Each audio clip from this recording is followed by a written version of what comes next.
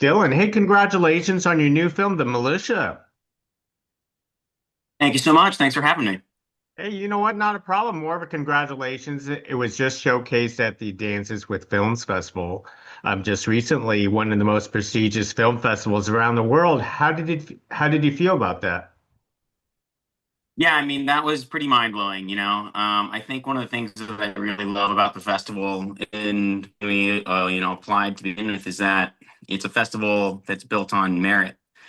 You can't really grease the wheels to get your film in. You just gotta be chosen. And when we got selected, yeah, my head just about exploded. It's like the TCL is, maybe one of the most famous theaters on the planet. And yeah, I mean, getting to screen there was surreal for sure. How was that reception? It was good. I mean, we were nervous for sure. The film is definitely, I think, controversial. But everyone that came and saw the film and talked to us afterwards, and even when we were doing the pressers beforehand, they were like, "Oh, we're really excited to talk to you. Like, we're interested. Like, explain this film. Like, let's see what this is all about." And so that was positive. And we have like one of the first reviews out, and it's just like they get the film. I think people understand what we're trying to say, and that's really important. That's awesome. So tell us where the original idea came from for The Militia. Yeah, so the genesis of the film, of the script to begin with, was the 2020 Virginia Capitol raid. Basically, when Virginia was trying to pass some new gun laws, a bunch of guys with AR-15s showed up at the Capitol to protest, and by the end of it, they were like inside the Capitol dome chanting with their weapons. And I remember thinking to myself, like, man, how did we get here? Like this could get so bad so fast. And fast forward a few years to January 6th, and it did get so bad so fast. And that was the thing, was that I just wanted to know, it's like how these guys come to believe this stuff. And so when we started writing the militia, it was a way to explore what, you know, extremist ideation can do when it's unchecked. Now, for those people who don't know, because militias aren't everywhere, but it is actually much more relevant in rural estates. Tell us about the legality and the formation of militias that you know of. Yeah, so the interesting thing about like forming, right, like the key thing that they say is like a well-maintained militia, right? Like they train together, they practice together, and you can have weapons and everything like that, but you can't cross the line into actual like military service weapons, right? So anything that's like a submachine gun or like an automatic weapon that you would see in that the US Army would have, or any extreme explosives, so like bazookas, grenades, like massive weapons of war are not allowed, right? But with just standard firearms, like something that you could go and buy legally at a store, pistols, handguns, things like that, you are allowed to maintain that. And through like basically that's open to kind of your jurisdiction as to how you want to build your own group of guys, and you go and you practice on your own. A lot of them follow kind of like old military doctrine that you can look up. A lot of the guys are ex-military, so it's not like they are coming from a totally um, blind idea of what they're doing. Like some of them do have a lot of training, but then on the other side of it, some of them don't have a lot of training. They're kind of like, oh, I'm going to forget the name of it, but they're army jockeys, you know, like they are the guys that didn't get into the military but really feel like they want to be, and that's, I think, where the more dangerous side of it. So true, and under the Constitution, under the Second Amendment, they can form militias if they want to, and that's the one thing that people tend to forget. It's allowed. So, how did you get research into an actual militia? You know, getting to the minds of these folks, or did you?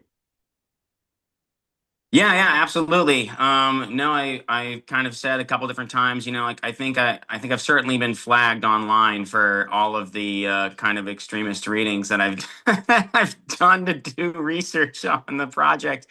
You know, I've read the Oath Keepers doctrine, read the Proud Boys doctrine, you know, all their rules and regulations.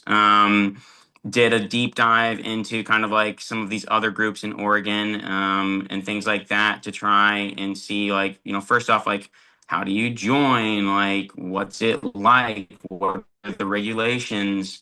But then, like, the stuff that you're trying to get to isn't so much like what are the rules of a militia. I mean, that's good to portray them doing exercises, right? But it's their ideals that you want to get behind, right? Like, why would you want to join one to begin with? And for that, you know, it's more reading kind of like guys that were part of it that weren't anymore, or forums of these guys that are like, this is how I feel about the nation right now, and this is how I feel about, you know, like being in this militia. And then on top of that, I did kind of implant myself with a group of guys who are militia adjacent. They weren't really in, and when it's not really, they were not in a militia. They're not part of a militia at all.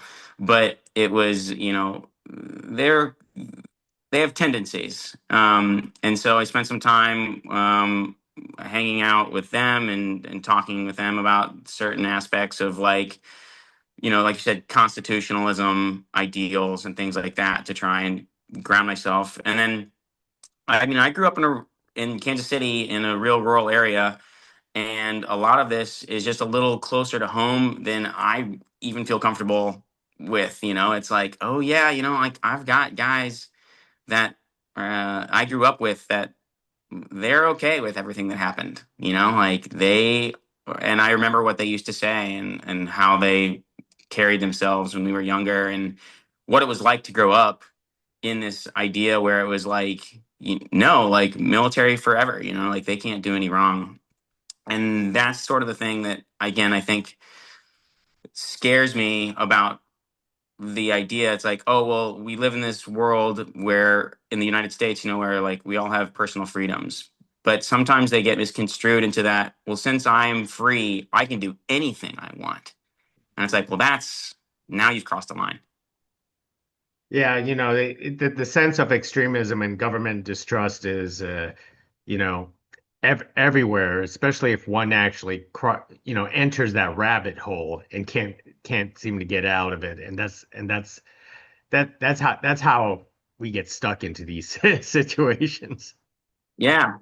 Well, and it's not just in America too. Like, I think my film is distinctly American, you know, because I grew up in the United States, and it's based out of like the kind of the news that's come from the United States. But this is happening. This is growing all over the place. A friend of mine is from Brazil, and you know, he's talked about how there's just very extreme, different, you know, groups, you know, in their style and their flavor down in Brazil as well. And then there's some, you know, in Poland and, you know, in Germany. It's kind of everywhere. Very, very true. On a different face of the matter, I also like the fact that you portrayed the sort of the brotherhood and loyalty, or disputes amongst the militia. Can you talk about that? Did you get how did you want to basically portray that onto screen, you know, to create a compelling drama? Yeah, so I mean, again, the part was to explore how these guys get to be the way they are, and to show that it is a dangerous path to go down, but that while you are part of the path, you don't really feel like the villain. You know, that's the interesting part, right? It's like, uh, it's not like I'm trying to portray humanity to say that it's okay to be in the militia, because I don't condone what the characters do in the film. But there is an aspect of, this brotherhood um and trust and a community that these groups build that is alluring. Like, you start hanging out with these guys, and they're nice, and they've got families, and they're very, true to each other if you're in that group. And in a terrifying way, it can be appealing. You're like, oh, these guys have my back, and you're like, well, that's great until we get weapons out and start trying to take over places. So that's the thing, is that it can be intoxicating, and especially for younger men. I think especially for younger men, it can be incredibly intoxicating, and can rope you in fairly easily, because you're very moldable, your brain's still growing, like, you are kind of a accumulation of your closest friends. And if your friends are like, well, I'm really into this, like, we should go do this, and you're like, I'm not really sure. And it's like, oh, well, aren't we all buddies? We're all buddies here, aren't we? And that peer pressure, like, I think we all remember peer pressure on all sorts of things in high school and stuff like that. So I wanted to portray the idea of how, if you grow up in, again, like, an extremist area, and every one of your friends says no, like, I hate cops, I hate the government. Well, it's pretty hard to be the guy that goes, well, I maybe we're wrong. Like, it's hard to stand up to your friends. It's hard to stand up to your family when they're telling you, like, no, this is the way it's going to be every day. And so that's how we wanted to kind of, like, show that these people were, he grew up in it. This guy grows up in it, and when you see him kind of go down the wrong path, it's like, well, what did you expect when dad was telling you that's what you're supposed to do all the time? Not to mention that you also showed it the family side, because I always understood the showing off the the father son, how they actually influence each other, but you also have the mother wife of the Pierce family being so supportive of this ideal. Yeah, very much so. Again, kind of growing up in the area that I grew up in, and it's not full sail. Not everyone is like this, but I just remember it in my growing up. That is kind of like the area is like, yeah, moms stay home, and they take care of the kids. A lot of stay-at-home moms. And again, that's great. I don't have anything against that. But with with the mother in this film, she is supportive to her own detriment. You know what I mean? Like, she follows her husband's will, like law. Um, and kind of a lot of these old guard traditions remain in these extreme groups. And yeah, so even Mrs. Pierce, she supports everything that's going on. She's a tough broad too. She goes out and she knows how to handle a weapon as well. Like, that's part of the doctrine of being in the family. It's like, okay, dad knows how to disassemble the gun. Son knows how to disassemble a gun, and my wife better know how to disassemble the gun too, and she does.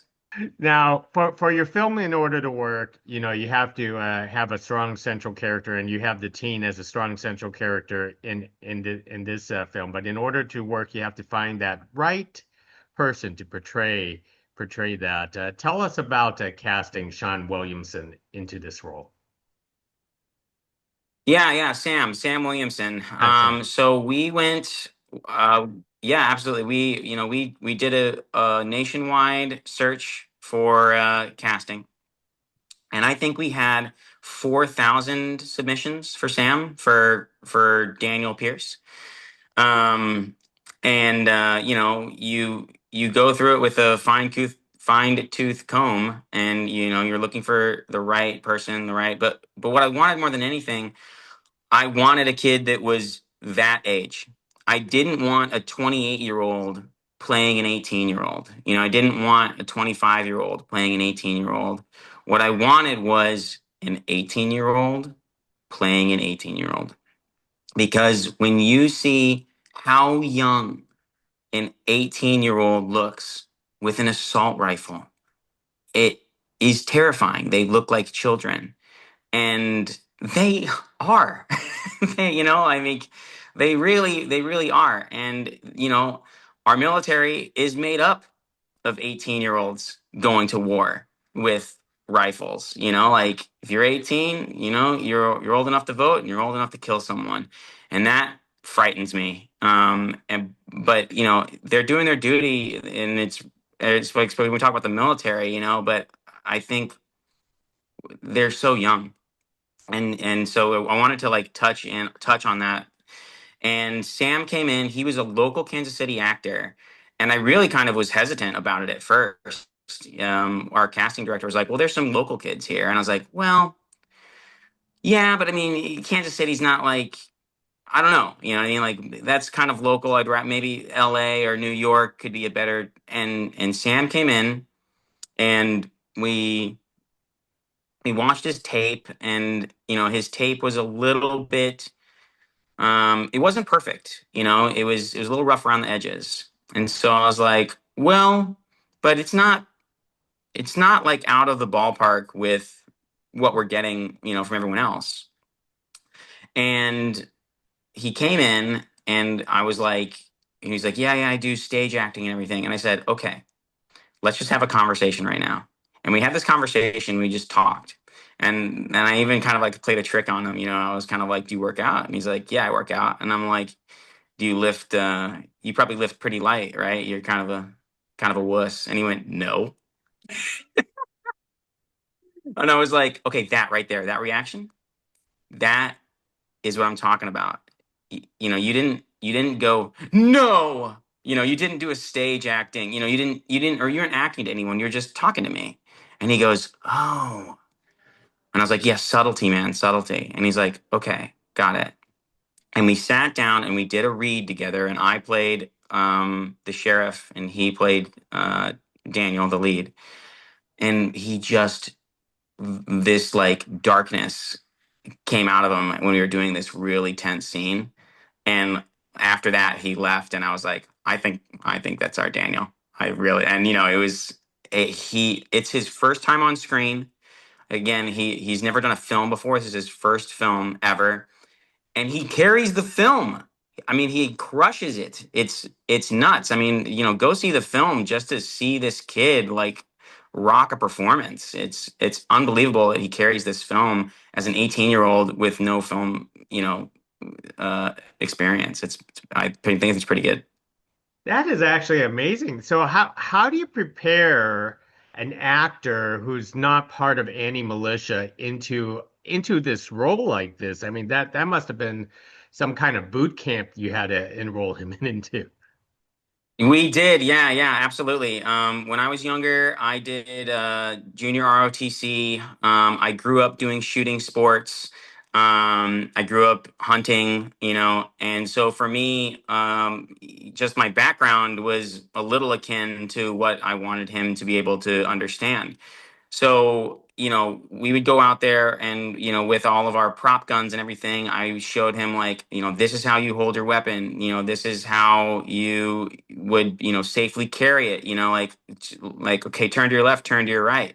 Where's the tip of your gun? You know what I mean? Like, are you flagging people? And flagging means when you point a weapon at somebody by accident, and it's like, you don't want to do that, And so we had this like insane kind of boot camp of like, here's how you get into the mindset of this stuff, like you're a country boy now, like let's go out and wander in the woods. This is what hunting is like. I shot him how to teach a bow, or sorry, I taught him how to shoot a bow.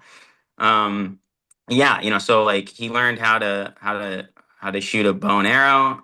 We went out to and set up a tree stand, and it was this whole thing of like getting him in the mindset of like camping and hunting and shooting.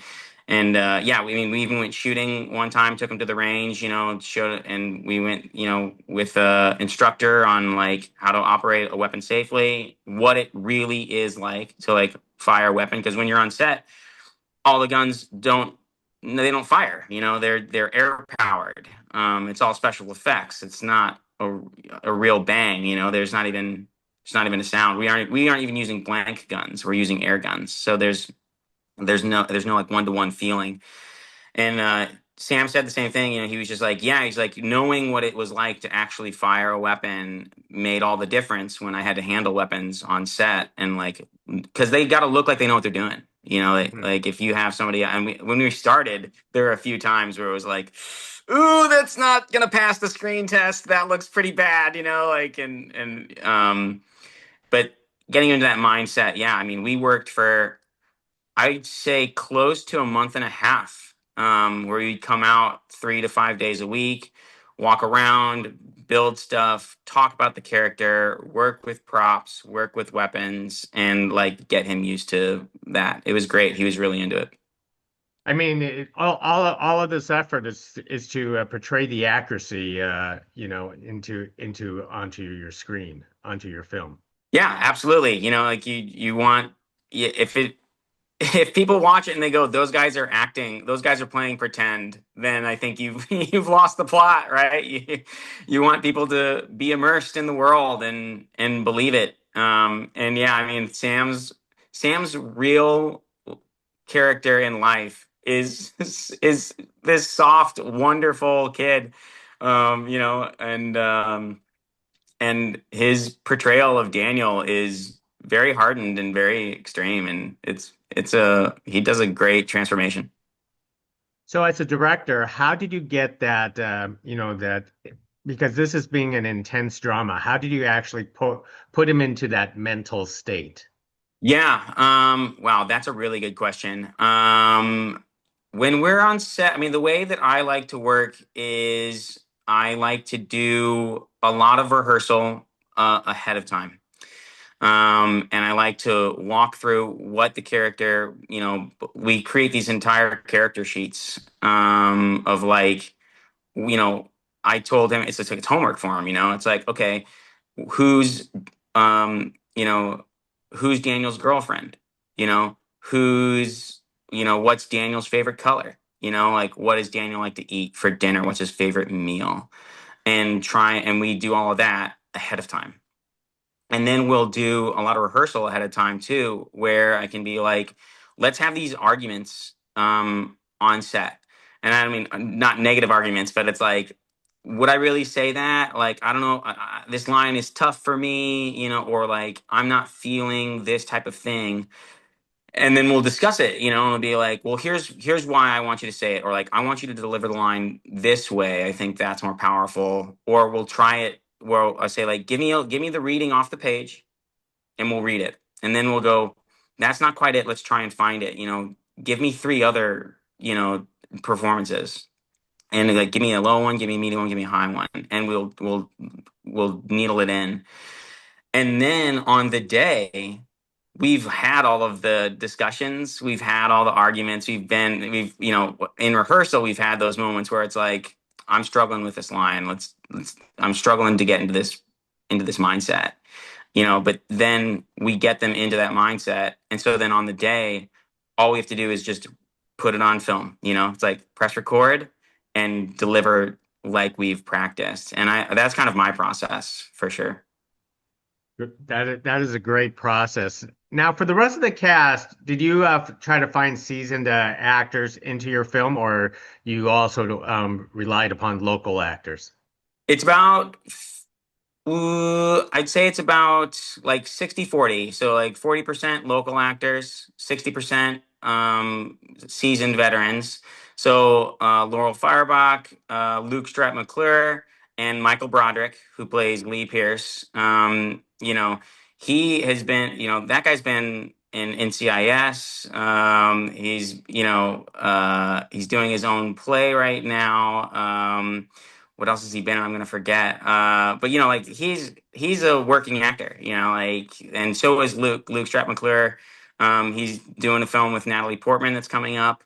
And they, really anchor Daniel's performance, Sam Williamson's performance, and it was great for Sam to be able to work with them and like pick their brain every day, because it was his first day on film. He's like, well, how do you do this? Or how do you prepare for this? Like what if my line reading is like, a little bit off or whatever, and he could like talk to them and they were giving him suggestions.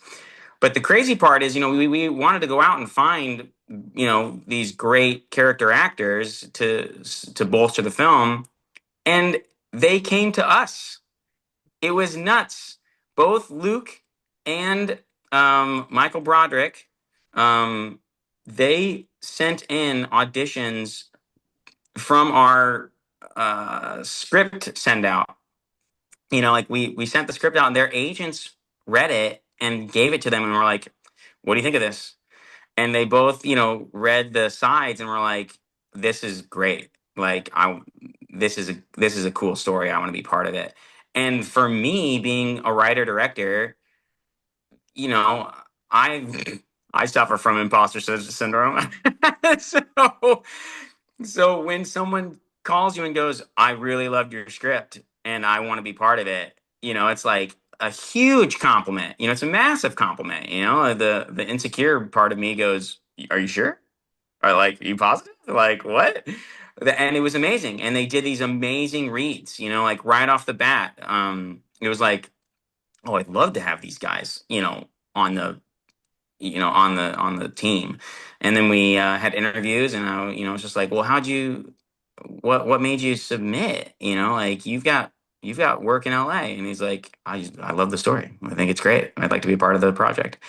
And so yeah, we and both of them gave suggestions, and we talked about like different parts of the script, like made tiny little changes, line things like that. But they were very active in it. They were interested in it. They're like, oh, man, I think my character would be a little more aggressive here. Can we try that? And I was like, yeah, let's try it. Like no promises, we keep it, but I want to be open to try it. And I think probably 70% of all the suggestions that we talked about and collaborated with, I kept. So it was great to be on the same page with those guys. Like we just linked up really well. I've been on sets where like it's just a fight. It's just a fight every day. It's like, can you just read it like this? Please just give me the line reading like this, please. Like they don't want to do it, but everyone here, we really just felt great collaboratively. Yeah. Well, that's a testament to the belief of your project, not to contribute to your imposter syndrome, though. Yeah, yeah, exactly. No, thank you. I appreciate it. Now, as far as the locations, so you chose locations local to your area, because they're very simple locations, but I'm sure some of them were pretty hard or difficult to find.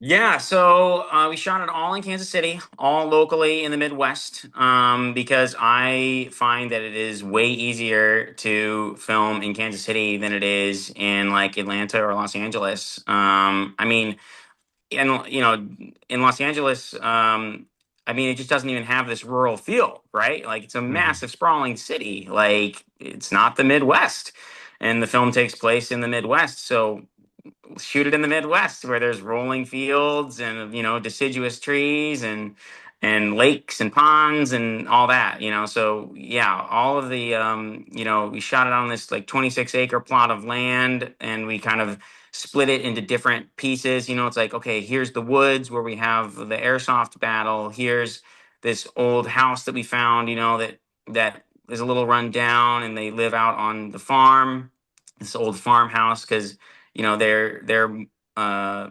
more on the poor side of things. And then uh, and then of course we have like the shooting ranges, and those were ones that were like, again, like an interesting thing to come by, because to find a complex that looks like a place where a militia would train was really tricky. It's just like, well, I don't know if you could build that without having, land and like building a shooting range, like it's like, how do you make something look like a shooting range? Like build a shooting range. So we went to these guys, and there's like three local shooting ranges again in Kansas City that are kind of like nationwide large ranges. They're really impressive complexes for shooting sports.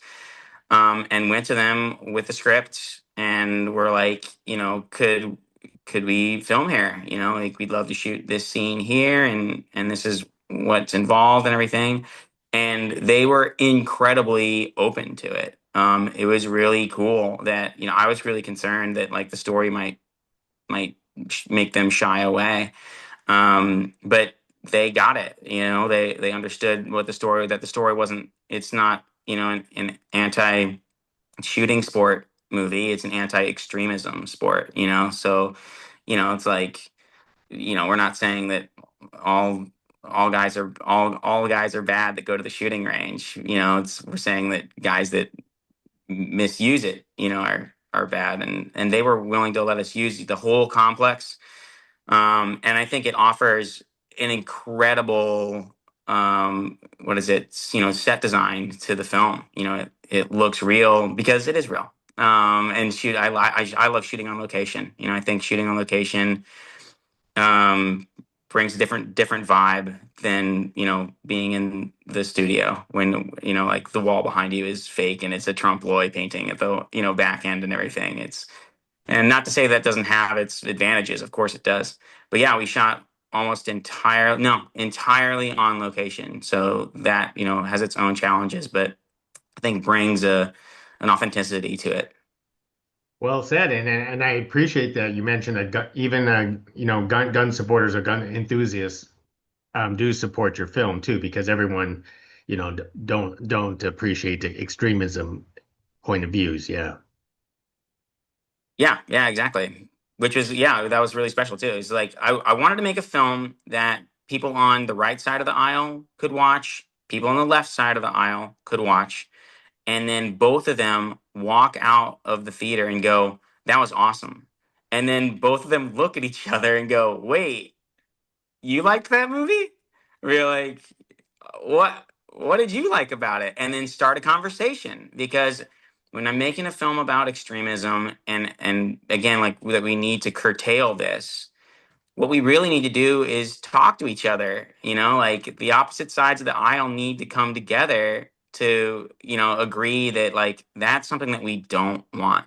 We can all agree that we don't want extremists around.